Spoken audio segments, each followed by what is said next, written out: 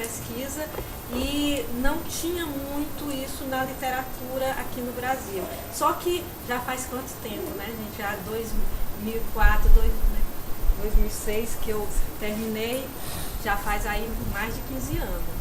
Então muita coisa já vem se propagando, as pessoas já têm, já não é algo desconhecido, falar de assédio não é algo desconhecido, embora eu possa ter algumas dúvidas. Então eu escolhi fazer essa palestra, primeiro dando algumas noções conceituais para ajustar, né, se alguém ainda não tiver alguma clareza de alguns desses conceitos sobre o assédio. Mas também buscar o que é que tem de novo para a gente poder compartilhar. Então, na primeira parte eu vou falar de conceitos e na segunda parte eu vou falar de uma relação do assédio moral com assédio organizacional. Né? E isso vem por quê? Porque a gente vem percebendo que ao longo do tempo se criou também muita confusão. Ao mesmo tempo que foi, né, um boom, quando se começou a falar de assédio moral, todo mundo falava de assédio moral, a gente era constantemente convidado para dar palestra. Eu, além de professora da Unifor, eu sou pesquisadora do Laboratório de Estudos sobre Trabalho, também lá na Unifor, é um laboratório de pesquisa na área de saúde do trabalhador. E especialmente nesse tema, nessa temática, eu trabalho junto com a professora Regina Maciel, que também foi minha orientadora mestrado e doutorado. Então, a gente vem ao longo desses anos todos disseminando esses conhecimentos, trabalhando com pesquisa nessa área, e aí a gente percebe que existe ainda muita coisa, muito conhecimento que a gente precisa estar compartilhando, tá? Então a gente vai trazer essa temática, primeiro falando do assédio de uma forma mais ampla, e aí esclarecendo algumas dúvidas. E vocês fiquem à vontade, tá? Se vocês tiverem qualquer pergunta, podem fazer. Então, primeira coisa que me passou, né, na cabeça foi isso, porque eu fico pensando assim, o que é que tem que eu posso falar que é novo? Né? Então, quando o assédio moral ele surgiu como uma temática que chamou a atenção, porque os trabalhadores começaram a perceber assim, que através do assédio moral era uma forma de dar visibilidade a certos constrangimentos, a certas condições de trabalho que eram precarizadoras, né, que de alguma forma que traziam uma situação de mais constrangimento. E tudo passou então a ser assédio moral. Tudo era assédio moral, tudo era assédio moral. E aí isso ficou meio que banalizado. Daí a importância da gente esclarecer aqui com vocês hoje o que é realmente assédio moral.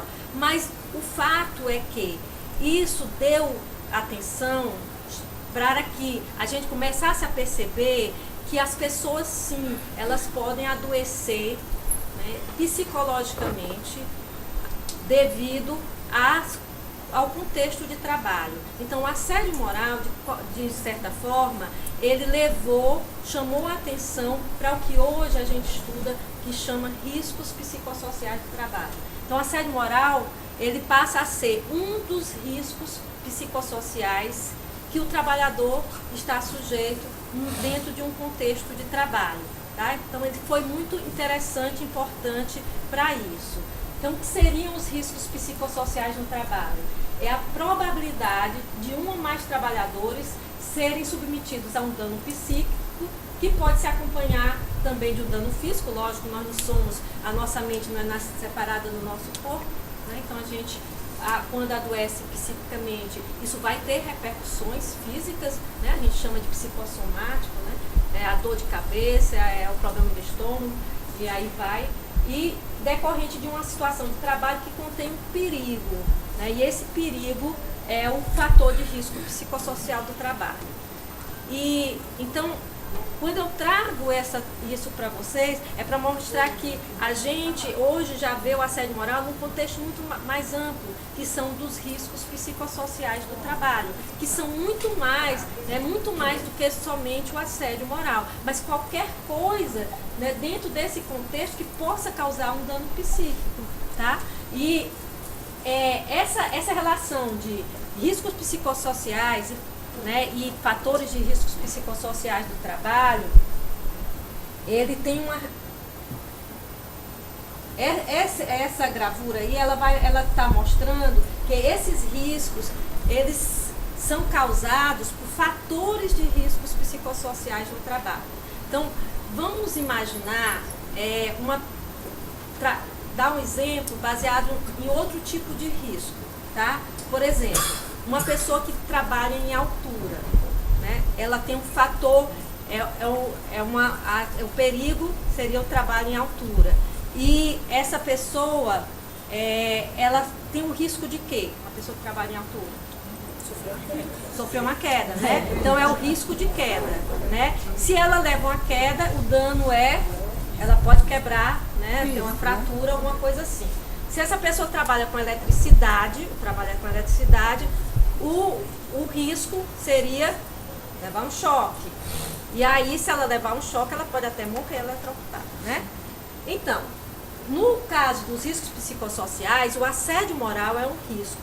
O fator de risco, no caso, seria o que eu estou chamando do trabalho em altura, do trabalho com eletricidade, tá? Então, o fator de risco, ele pode ser qualquer coisa que esteja relacionada à organização do trabalho, ao conteúdo do trabalho, relações ou condições de trabalho. Ou seja, pode estar relacionado, no caso, às metas, né, a uma supervisão, ao conteúdo, uma sobrecarga de trabalho, tá? Tudo isso que está envolvido dentro desse contexto de trabalho pode ser um fator que vai levar ao risco, no caso do assédio, da violência, do estresse, que vai levar a um dano, seria o adoecimento, tá?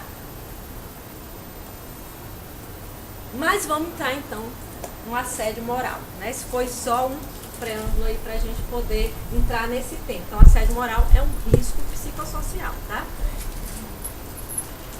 Como eu estava falando, a gente percebe, então o que foi que aconteceu, né? Desse tempo que a gente começou a trabalhar com esse assunto, que muitas pessoas, muitos grupos de profissionais nos procuravam para falar de assédio, mas tinham uma noção, às vezes equivocada e às vezes muito generalista e às vezes até banalizada, né? Tudo era assédio moral, né? Então tudo, se eu trabalho numa condição,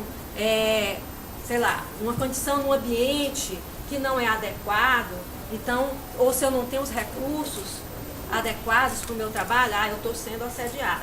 Então, tudo era assediado. Se um colega me olhasse com a cara feia, eu estou sendo assediado. Então, tudo passava, né, a ser considerado assédio. Então, houve essa popularização do termo e uma generalização e um modismo muito grande. Então, tudo era assédio, e isso ficava até difícil para poder caracterizar esse assédio quando de fato era assédio, porque, né, se banalizou. Então, a gente viu a necessidade de estar trabalhando melhor com esses grupos profissionais, no sentido de definir melhor esses conceitos para não cair nessa banalização. Então, a gente está trazendo aqui 2 conceitos que são bastante divulgados, né? Vocês vão ver qualquer cartilha que a gente trabalha, qualquer cartilha de assédio moral. Uma é da Irigoyen, né? Já em 2002, né? Ela é uma francesa, escreve sobre assédio moral. Ela diz que é qualquer conduta abusiva, gesto, palavra, comportamento, atitude, que atente por sua repetição ou sistematização contra a dignidade ou integridade psíquica ou física de uma pessoa, ameaçando seu emprego ou degradando o clima de trabalho. É importante, sim, a gente começar das definições, porque ali já tem alguns aspectos que a gente vai tomar para poder identificar no nosso ambiente o que é que seria um assédio. Então, aí eu destaquei as palavras, uma conduta abusiva, né? Pode ser um comportamento, pode ser um gesto, pode ser uma palavra, e ela tem uma repetição. Então, o assédio moral geralmente se caracteriza pela repetitividade, embora que alguns autores digam que isso nem é preciso. Que às vezes um evento só, se ele causar um impacto muito grande, isso já pode ser considerado assédio. Mesmo dentro desse conceito de repetição, de sistematização, não seja repetição em relação ao indivíduo, mas uma prática comum com todos os subordinados, isso também entra nessa caracterização? Valeu. Sim, existe o assédio, ele pode ser individual ou pode ser no nível coletivo, tá? Agora a gente vai ver mais adiante essa diferença entre o que é assédio moral e o que é assédio organizacional. Porque o assédio organizacional é que tende mais a ser coletivo, tá? Agora o assédio moral também pode evoluir para um assédio organizacional pode evoluir para um assédio moral. Da mesma forma que o assédio sexual pode evoluir para um assédio moral. Então, mas pode ser um grupo de pessoas sim, tá?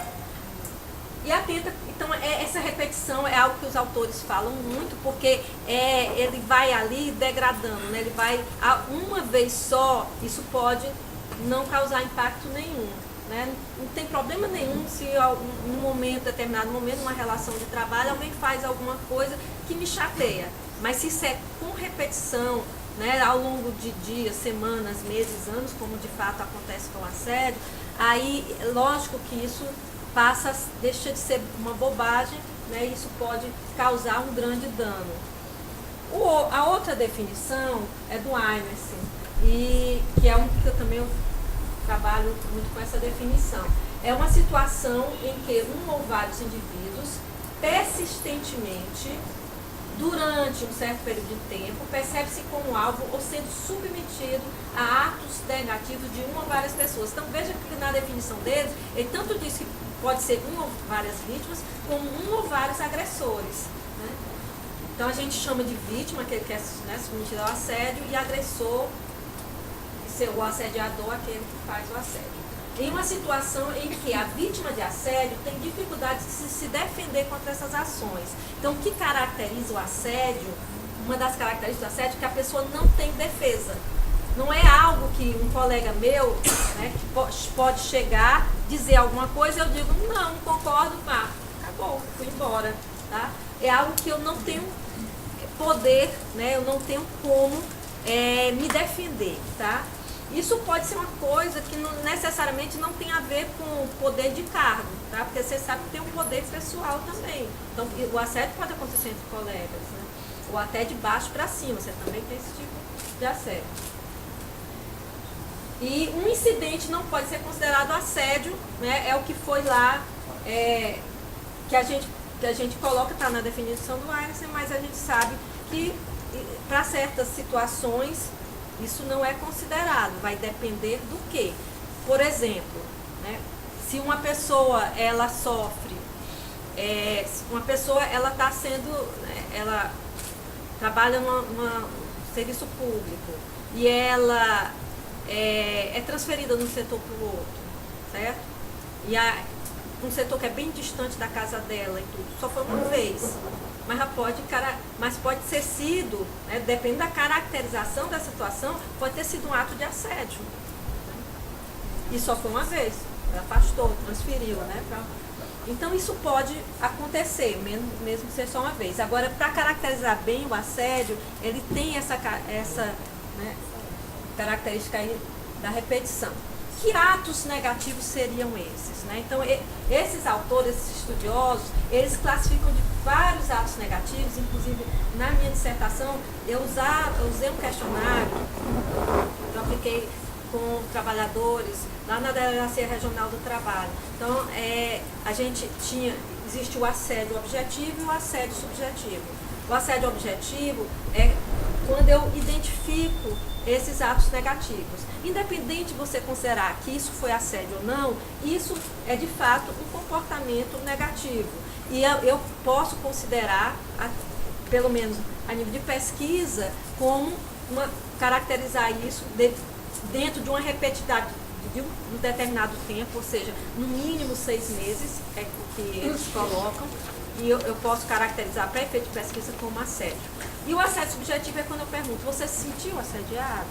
Né? Diante disso, você se sentiu assediada? E aí, às vezes, as pessoas podem dizer que não. Né? Eu encontrei muito isso, tá? Por exemplo, a nossa cultura, eu trabalhei muito com essa relação da cultura cearense, né? E o tipo de assédio. A nossa cultura é muito comum, muitas vezes, certos patrões gritarem, né? Às vezes até xingamentos, e as pessoas estão tão acostumadas que, essa bobagem, besteira, eu faço é rir. Né? E talvez no outro contexto, com outras pessoas, noutra cultura, noutra situação, essas pessoas poderiam se sentir ofendidas com uma coisa bem menor, né? Do que algumas brincadeiras de mau gosto que às vezes se usa, né? E que é comum dentro de determinada cultura. Então, o assédio também vai depender do local, né? Do ambiente. Que atos negativos seriam esses? Né? Aí são alguns, só para a gente ter uma ideia. Então, gritar, humilhar, foi na minha pesquisa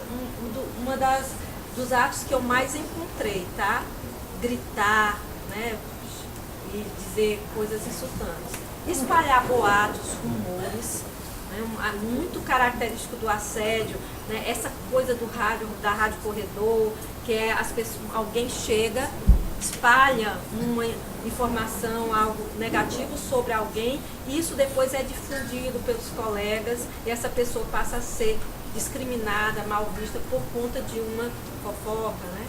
Criticar, alguém que critica persistentemente, excluir, ignorar, colocar na geladeira, um dos comportamentos que mais caracteriza o assédio, porque quando você está passando pelo processo, isso é um processo longo, né? O Hans Lehmann, vou já mostrar para vocês, ele mostra como o assédio, ele vai se desenvolvendo, né? Numa linha do tempo, não é algo que ele evolui. Então, uma das características é que chega um determinado momento que a pessoa começa a ser excluída, colocada na geladeira. Então, ela vai, espacialmente ela é excluída, ela vai para um local, colocam ela num local onde ela não tem tanto acesso aos colegas, ou ela vai mesmo sendo ignorada pelas pessoas, ou não passam trabalho para ela. Então, esse colocar na geladeira é uma característica muito própria do assédio. Insinuar para que se peça demissão. Né?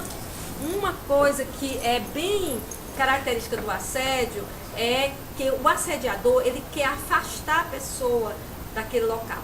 Ela quer neutralizar, ela quer, né, fazer com que aquela pessoa ela possa muitas vezes ser de fato afastada. Isso pode acontecer não só pelo afastamento da pessoa se demitir ou ser demitida, mas também porque essa pessoa adoece e ela acaba não conseguindo mais render, ter o mesmo desempenho.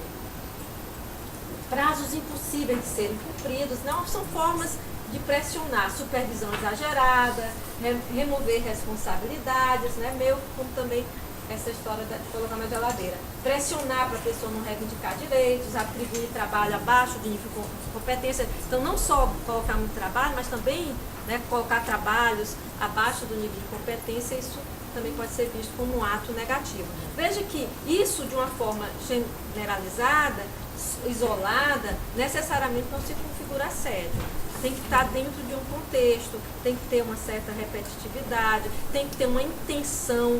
Quando a gente analisa o assédio, a gente vê esse aspecto da intencionalidade do agressor, embora que não quer dizer que, porque se eu não tenho consciência, então não estou assediando, não é isso. Né? O ato negativo, ele mostra que é algo que é objetivo, tá? Você consegue perceber, né? E, então, mesmo sem a pessoa o agressor não ter consciência, não quer dizer que ele não faça assédio, mas a intenção mesmo de prejudicar a pessoa, né, isso é algo que tem que ser visto na hora que você está analisando o assédio. Então, aqui estão as fases que eu falei do Lehmann, né, que o Lehmann foi um psicólogo sueco, que ele foi quem de fato identificou e caracterizou o fenômeno do assédio moral. Que eu acho interessante, assim, que eu trabalho com psicologia organizacional desde que, né, me formei. Eu trabalhei, né, agora já na academia, mas trabalhei na área organizacional. E sempre que eu via situações de assédio, eu não sabia que era assédio. Então, como esse fenômeno ele não tinha sido identificado, caracterizado, isso não existia. Então, até, né, em 2000, início de 2000, 2002 e tal, que se começou a se falar do assédio, todas as vezes que eu via situações que hoje eu caracterizaria como assédio, isso era o quê? Ah, é um conflito, não, é uma perseguição. Não conseguia identificar isso como assédio. No momento que alguém, né, um estudioso, e o que o Lehmann fazia? Ele tinha uma clínica que atendia trabalhadores, e ele começou a identificar uma certa padrão, sabe, dessa situação, desse fenômeno que era o assédio moral, inclusive de transtornos psicológicos que as pessoas tinham quando passavam por esse tipo de situação. E aí, quando ele caracteriza, fica muito mais fácil e visível. Então, hoje, quando eu converso com uma pessoa que, no discurso da pessoa, eu percebo os elementos, né, que são descritos por esses pesquisadores, eu digo assim, foi assédio porque, ó, tem isso, tem esse elemento, agora eu sei o que é assédio. E aí fica bem melhor para a gente, né, que trabalha com isso, saber, e aí como é que faz, né? Como é que a gente dirige com relação a isso? Porque eu já consigo definir melhor se aquilo é uma assédio moral ou não. Deixa eu só fazer uma pergunta, assim, não sei se é bem pertinente, mas assim, uma curiosidade. Teria alguma relação com bullying? O bullying é uma palavra inglesa para assédio moral. Só que aqui no Brasil a gente usa bullying para crianças. O assédio moral não é especificidade do trabalho. Tanto que a gente fala assédio moral no trabalho. Mas assédio moral existe entre casais, professor-aluno, aluno-professor e por aí vai. Tá? A gente poderia dizer que é um problema das relações. Tá? Embora que quando a gente fala em assédio moral no trabalho, a gente vai perceber que existe algo dentro da estrutura que favorece ou não, né, que isso aconteça. Então, vendo aí as fases do assédio moral, o Lehmann vai dizer que começa sempre com algum incidente crítico. Esse incidente crítico é muito difícil de identificar inicialmente. Por exemplo, às vezes pode ser, a pessoa foi promovida, isso pode ser algo que favoreça o assédio. Ou pode ser algo do tipo, não tem nada a ver com o trabalho. A pessoa passou no vestibular, e aí isso pode suscitar, né? Mas então é difícil identificar o que provoca, né? O que dá início. Mas o que acontece é que depois que isso começa, isso passa a ser, né, sistemático. E aí, o que é interessante do processo de assédio, isso eu posso dizer, gente, porque eu trabalhei muito tempo, inclusive eu atendendo pessoas com assédio no Sereste, né? Tempo aí que eu tive à frente do Centro Referencial do Trabalhador, a gente atendia muitos trabalhadores que tinham passado pelo processo de assédio. E mesmo agora ainda, né, a gente, vez ou outra, chega alguém e faz um relato e a gente percebe aí como é que se dá esse processo aí do assédio. Então, o que é bem interessante é que as pessoas, elas não entendem muito por que aquilo está acontecendo. E geralmente elas ficam dizendo, foi o que eu fiz de errado? Mas onde é que está? Então, inicialmente, né, a pessoa que está sofrendo assédio, ela não pensa que ela está sendo assediada. Dificilmente ela tem consciência disso. Apesar de hoje isso está muito mais, né, já, como eu comecei falando, as pessoas já têm um conhecimento, uma informação melhor sobre esse assunto. Mas, em geral, as pessoas não sabem o que é que está acontecendo, acham estranho. O que é que está acontecendo? Por que ele está me tratando desse jeito? Né? E aí começa a pensar, mas será que foi alguma coisa que eu fiz? E às vezes até começa a fazer algo, né, para tentar melhorar, mas aquilo não melhora, porque a intenção do agressor não é melhorar relacionamento. Ele não está fazendo aquilo para tentar, né, uma mudança para melhor do relacionamento. A intenção mesmo é lhe desestabilizar. Então ele não vai estar sensível ao que você vai buscando. Outra coisa que chama bastante atenção são as estratégias. O agressor, normalmente, ele não vai fazer isso abertamente para todo mundo. Tá? As agressões, elas são sutis, né? Não são vistas. Então, as pessoas podem chegar e dizer assim, você viu como eu tratou? Não vi não. Mas você não percebeu? Não percebi não, né? Você fala para um colega, percebi não, isso é coisa da sua cabeça. não, você que está, né, aí tá muito, sei lá, sensível. Não, isso não é, né, ninguém, geralmente é sutil, né? Acontece de uma forma sutil, as pessoas ao redor não percebem, tá? E mesmo se chega, então aí já começa um processo, gente, que é essa segunda fase, que é a da estigmatização, tá? Então, mesmo que as pessoas percebam, existe algo do coletivo que as pessoas acabam se associando ao agressor. Por quê? Porque como geralmente essa pessoa ela tem mais poder, ela vai, os colegas ou as testemunhas, elas só se associam ao agressor e não à vítima, tá? E isso vai fazer com que, mais ainda, essa pessoa comece a sofrer um estigma, ela vai começar a ser estigmatizada e, como é algo gradativo, ela vai adoecendo. Aí ela vai começando a ter problemas de adoecimento mesmo, ela começa a faltar, ela não rende mais da mesma maneira, né? Quando chega no ápice, então ela já está realmente já praticamente incapacitada de trabalhar, mas então quando ela começa, né, a entrar nesse sofrimento, começa a haver um estigma, porque ela vai chegar já na terceira fase, ela vai começar a buscar, então, apoio, muitas vezes lá no RH, na direção, e as pessoas vão dizer assim, não, mas o problema é com ela mesma, tá vendo como ela falta?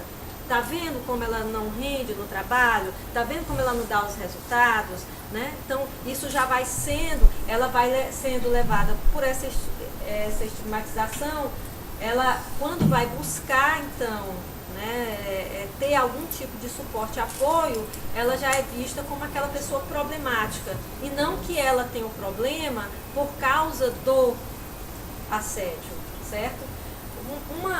Há um aspecto também que a gente tem que levar em consideração, e o Hans Lehmann deixa isso muito claro, eu acho isso muito interessante. Ele diz assim, qualquer pessoa que passe por um tipo de situação como essa vai desenvolver algum tipo de transtorno. Então não é porque a pessoa é mais frágil, não é porque aquela pessoa é mais problemática, por isso que ela não conseguiu, não. Porque qualquer pessoa que consistentemente for submetida, né, a atos negativos como esse, e não tendo defesa, né, isso vai levar ela a se fragilizar. Então não é porque a pessoa tem personalidade X, Y, Z. Exemplo, ele tira essa história de dizer, não, a personalidade dela é assim, não. Porque qualquer pessoa que é submetida a isso, ele vai tender a adoecer. Boa tarde, professor. Agora, a senhora já conversou com muitas pessoas que sofreram assédio, né, moraram foram vítimas de assédio.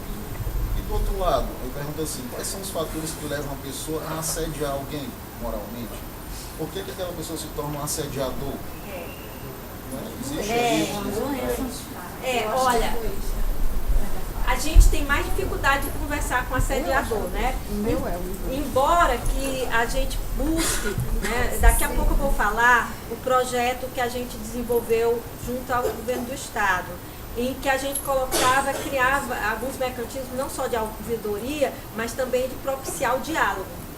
Tá? Porque a gente acredita que às vezes a gente pode até barrar um assédio se você promove esse momento para, né, vamos tentar administrar isso aqui. Então pode ser, mas de fato a gente não tem essa escuta, né, do agressor para saber por que aquilo é feito. Tá? Por favor, tanto o assediado como o agressor, sendo ambas que praticamente são consideradas pessoas vazias, O olha, é uma facilidade muito vazio. grande, né? Porque se o cara vai assediar a gente, mas tem uma visão de vida, tem perspectiva, sabe como devolver